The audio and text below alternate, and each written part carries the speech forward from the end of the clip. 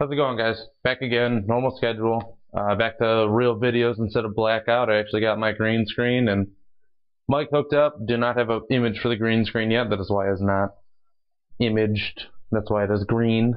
Today I actually have 50-50.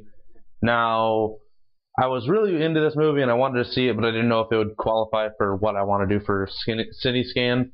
But it actually did start off as in a fest. This movie was directed by Jonathan Levine and written by Will Razor. This movie stars Joseph Gordon-Levitt, Seth Rogen, and Anna Kendrick. Joseph Gordon-Levitt is from Brick and Inception.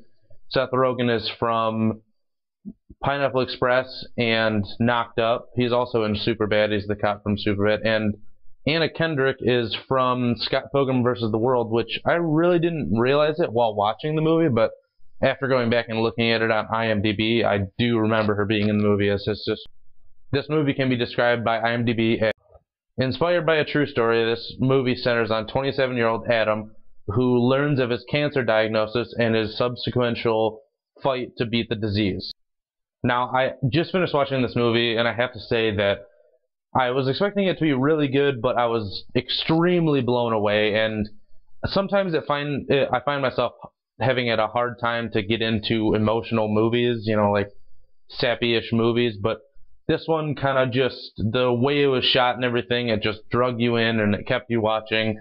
The flow, I mean, the actors that they chose for it, it was a good comedy, but it also threw in the very heavily emotional part of it.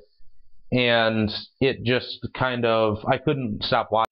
Now, for me, the most surprising thing about this movie was the depiction of marijuana in it, in that in most movies, they show more of the party, and like they centered it around the same aspect that they do booze.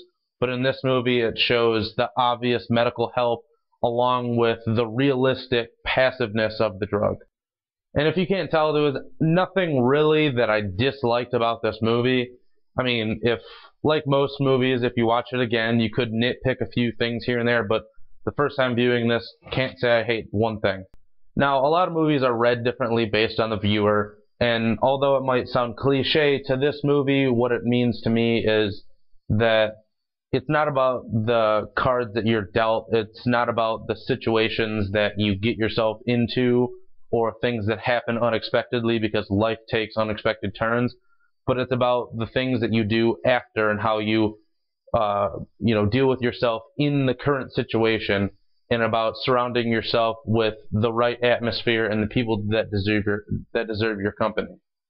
This movie had a very heavy impact on me as a viewer personally, and I honestly can't recommend this movie to you. I have to tell you that you have to go buy this movie, and if you don't have the means to buy this movie, go rent it, go find somebody who has this movie and go sit down and watch it with them and enjoy it with them, because this is a movie that I personally found myself very moved by, and if you were going to get the same thing that I got out of this movie, then I want you to have that same experience.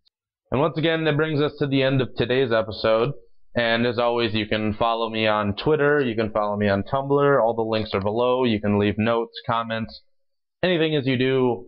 Constructive criticism is always welcome. And today I'm actually going to leave you guys with a question in the notes and all that good stuff. I want you to tell me a movie that has inspired you unexpectedly when you watched it, like this movie did for me. See you guys next week.